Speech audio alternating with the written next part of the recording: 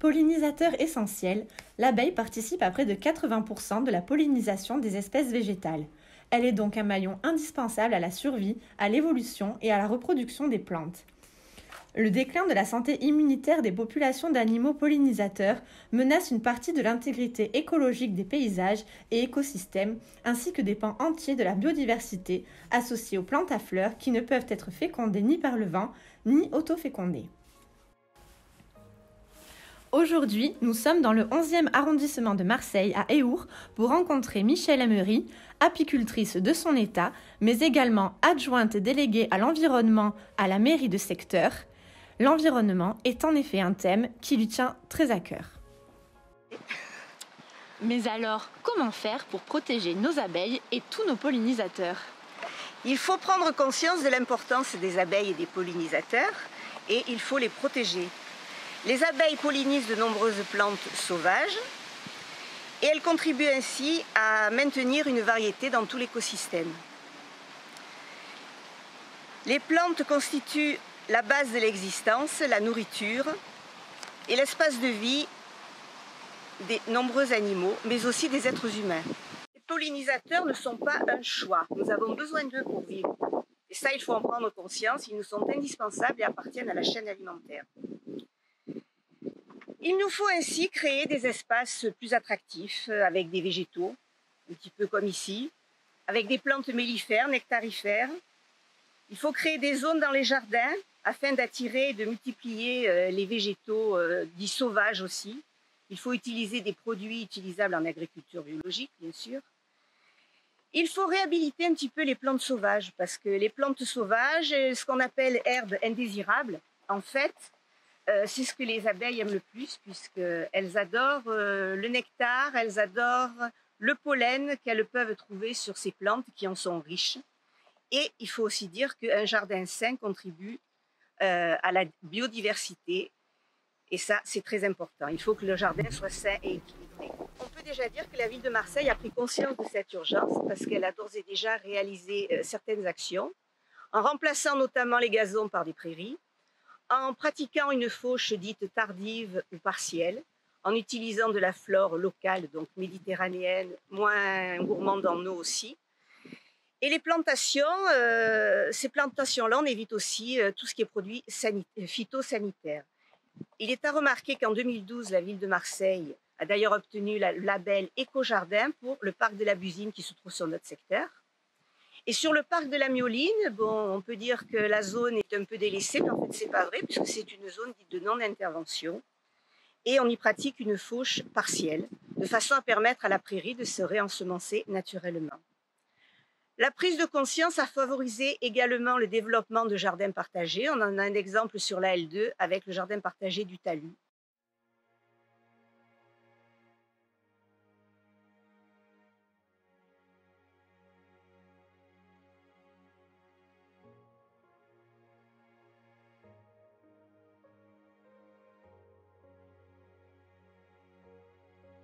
Alors, le rôle des pollinisateurs pour l'environnement et la santé humaine, déjà, il faut savoir que les pollinisateurs ne se résument pas aux abeilles domestiques.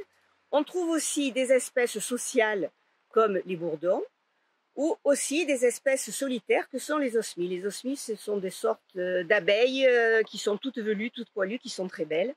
Et donc, l'action discrète de ces espèces est indispensable à l'équilibre des écosystèmes. À titre d'information, puisqu'on est à côté des ruches, je vais vous donner quelques notions. Donc, une ruche au plus fort de la saison peut contenir jusqu'à 70 000 abeilles, donc c'est énorme. Il y a aussi une seule ruche, une seule reine par ruche, et elle peut pondre au plus fort de son activité jusqu'à 2000 œufs par jour. La vie d'une abeille est d'environ de 45 jours en été. En hiver, c'est un peu plus long, elle peut vivre de 3 à 4 mois. Et on a ce qu'on appelle une abeille plus grasse, donc qui a des réserves pour pouvoir tenir sans problème l'hiver. Le périmètre optimal de butinage pour les abeilles, c'est environ 800 mètres. Bon, elles peuvent aller plus loin, mais il faut savoir que si elles vont plus loin, elles se fatiguent et on aura d'autant moins de miel à récupérer dans la ruche. Donc le nombre et la diversité des pollinisateurs influent fortement sur la biodiversité végétale et inversement, et la perte de la diversité chez les pollinisateurs comme par exemple la chauve-souris qui est granivore, pourraient menacer la pérennité des communautés végétales. Alors, l'abeille, elle joue un rôle essentiel dans notre chaîne alimentaire, puisqu'on peut dire que 35% de nos ressources alimentaires, comme les fruits, les légumes, les oléagineux, dépendent de cette action fécondatrice. En clair, sans abeilles, la majorité des cultures fruitières ou de légumes seraient tout simplement impossibles. La raréfaction des pollinisateurs n'a donc pas qu'une incidence sur les milieux naturels, mais également sur les rendements agricoles qui seraient moindres. Et on peut dire donc que par répercussion, les éleveurs ne pourraient plus nourrir leurs bêtes et les hommes n'auraient plus grand-chose à consommer. Il est à remarquer que la production de fruits et de grains augmente significativement dans les écosystèmes ou jardins qui présentent une grande diversité de plantes et de pollinisateurs. Depuis quelques années, on parle d'un syndrome, le syndrome d'effondrement des colonies, donc des colonies des abeilles, c'est-à-dire qu'il y a plusieurs causes qui provoquent la disparition progressive de nos abeilles. Donc on a les traitements pesticides, les infections parasitaires, comme par exemple le varroa, les maladies, la pollution, la réduction aussi de la ressource alimentaire et des habitats, puisque si on plante moins d'arbres, moins de fleurs, l'abeille aura moins de fleurs à butiner et aura moins de nourriture à récupérer. Il y a aussi la compétition avec les espèces invasives. Donc on a une petite bête qui nous vient d'Italie maintenant aussi, qui rentre dans les ruches et qui pollue tout. Les changements climatiques qui aussi perturbent la vie de la ruche, puisque lorsqu'il y a de fortes chaleurs, elles ont besoin d'eau. Lorsqu'il fait froid ou qu'il pleut, elles ne peuvent pas travailler correctement. Donc il faudrait que le temps s'améliore un petit peu aussi. Et on a aussi de nouveaux prédateurs, comme le frelon asiatique qui décime les ruches au printemps et à l'automne. On a aussi les problèmes électromagnétiques, c'est-à-dire que l'abeille fonctionne, elle a une sorte de GPS dans la tête. Et s'il y a des ondes négatives qui sont autour d'elle, c'est sûr que ces ondes polluent son GPS et elle n'arrive plus à se retrouver et on retrouve une ruche morte. Je tiens à préciser que malgré son interdiction depuis 2016, donc la loi sur la biodiversité, l'État prévoit encore l'usage de néonicotinoïdes. En effet, ces derniers ont des effets délétères avérés et inacceptables sur les insectes pollinisateurs et sur la biodiversité.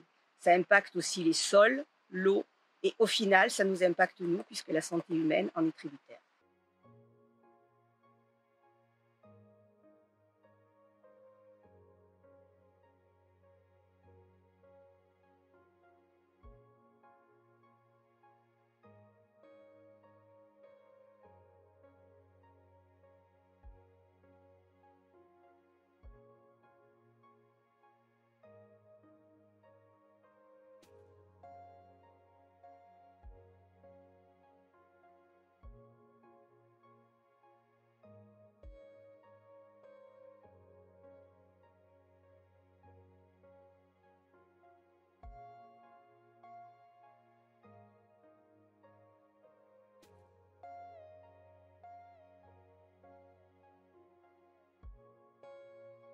Abeilles et les enjeux sur la santé humaine. Les abeilles sont considérées comme des espèces sentinelles. Leur état de santé est un indicateur de la qualité de son environnement et donc du nôtre. Pour être en bonne santé, on doit disposer d'une alimentation saine, suffisante, équilibrée et qui ne peut en grande partie qu'être fournie par les plantes. En effet, environ un tiers de notre nourriture dépend des pollinisateurs. Nous trouvons dans les plantes plus de 90% de nos besoins en vitamine C, la totalité de nos besoins en lycopène, la quasi-totalité de nos besoins en antioxydants et une grande partie de la vitamine B9, appelée acide folique. Outre ces bienfaits, grâce aux pollinisateurs, le miel et les produits de la ruche sont également bénéfiques pour la santé. Alors tout d'abord le miel. Le miel, c'est une substance complexe, riche en éléments indispensables à l'équilibre organique. Les propriétés du miel sont multiples. Il est bon pour notre système immunitaire, il a des propriétés antibactériennes et cicatrisantes, comme par exemple le miel de thym ou le miel de Manuka qui est un miel australien. Il est composé de différents sucres, comme le fructose et le glucose, qui sont des sucres facilement assimilables par le sang. Il contient également des vitamines du groupe B, qui est indispensable au métabolisme des sucres et au bon fonctionnement du système nerveux. À titre d'information, ça je vous le livre tel quel, pour produire 500 g de miel, les abeilles doivent effectuer entre 10 000 et 20 000 voyages. Elles doivent visiter plus de 8 millions de fleurs et le tout représente plus de 7 000 heures de travail. Donc c'est quand même colossal.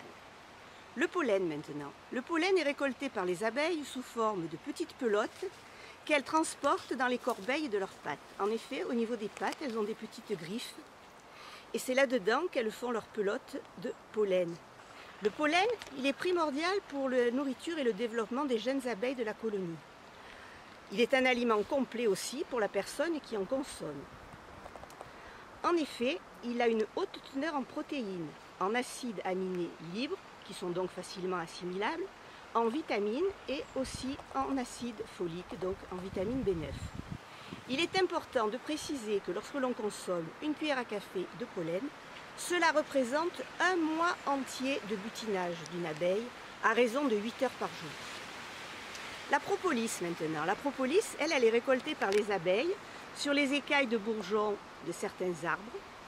Et c'est une matière végétale produite par les abeilles pour garantir l'asepsie de leurs ruches, car les abeilles sont très propres et elles n'aiment pas les trous. Donc ça leur sert aussi pour boucher les espaces ou les aspérités de la ruche. Et elles les utilisent aussi pour momifier les cadavres d'éventuels intrus, parce que parfois il y a des bestioles qui pénètrent dans la ruche.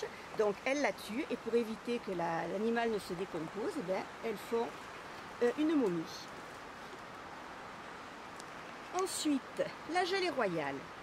La gelée royale est la nourriture des larves pendant les premiers jours de leur vie. Ensuite, elles sont nourries au pollen et au miel, sauf pour la reine. La future reine, elle, est nourrie exclusivement de gelée royale.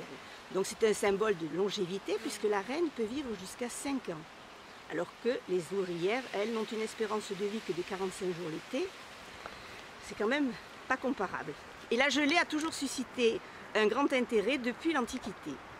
Elle est aussi consommée en cure pour combattre la fatigue saisonnière, pour redonner du tonus, pour renforcer le système immunitaire, pour améliorer les performances, pour lutter contre les signes de l'âge. Donc, que du bénéfice. Quant à la cire, qui fait aussi partie de la ruche, elle est fabriquée par les jeunes abeilles qui sont âgées de 12 à 19 jours, à l'aide de leurs 4 paires de glandes cirières. Elle est utilisée par les abeilles pour construire les rayons dans lesquels elles stockent leurs réserves de miel et de pollen. Et elle entre aujourd'hui dans la composition de nombreux produits, des cosmétiques, de l'encaustique pour les meubles, des bougies. Donc c'est un peu plus ludique. Quant au venin d'abeille, il est lui utilisé sous différentes formes pour soigner, soulager les affections rhumatismales, certaines maladies inflammatoires. Il faut cependant être attentif aux réactions allergiques que peut provoquer une piqûre. Et savoir qu'une abeille ne pique que si elle se sent en danger, d'autant que ce faisant, elle y laisse sa vie, car son dard n'est pas rétractile, contrairement à celui de la guêpe. Et pour finir, l'hydromel, qui est la boisson des dieux par excellence chez les Grecs, qu'on appelait aussi ambroisie, et qui signifie immortel. Il est issu de la fermentation d'eau et de miel. C'est un vin de miel vieilli en fût de chêne. Donc, ce terme est une vieille tradition babylonienne, et il serait question dans cette tradition que le couple qui venait de se marier buvait de l'hydromel pendant 30 jours suivant le mariage. Donc c'est pour ça qu'on appelle ça une lune de miel et c'est encore accepté à notre époque.